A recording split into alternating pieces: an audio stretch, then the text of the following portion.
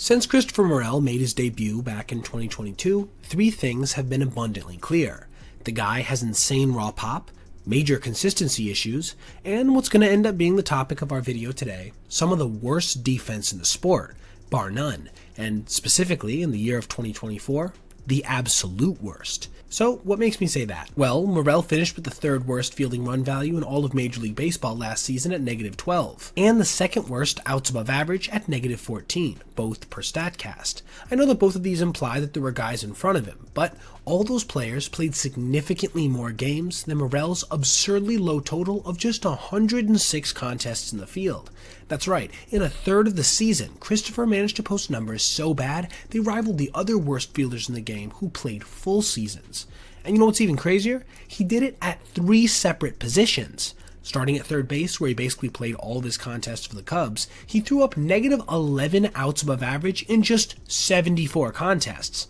That was tied for the worst in all of Major League Baseball at that position, despite, again, playing less than half a season there. His hands are extremely heavy trying to field ground balls, letting plenty of them just clang off him, and his arm, while pretty strong with an average throwing velocity of 90.2 miles per hour, is also exceptionally inaccurate, leading to 9 errors in just a little under 600 innings at the hot corner. But following a trade to Tampa, things wouldn't get any better for him, as though he would play just 32 games in the field for the Rays, he would still manage to post -3 outs above average with them, with -2 of them coming at second base, where his arm wasn't really even a factor in making up for his hands, leading to him making 3 errors in just 20 contests there, while thoroughly failing the eye test as well. And yeah, sticking him back in the outfield where he'd struggled in prior seasons didn't really work either, as he ended up somehow managing to post -2 outs above average there as well, and -2 defensive runs saved in just 11 contests, while making a number of embarrassing mistakes along the way. An amount tallied that would take a lot of guys at least a third of the season to throw up.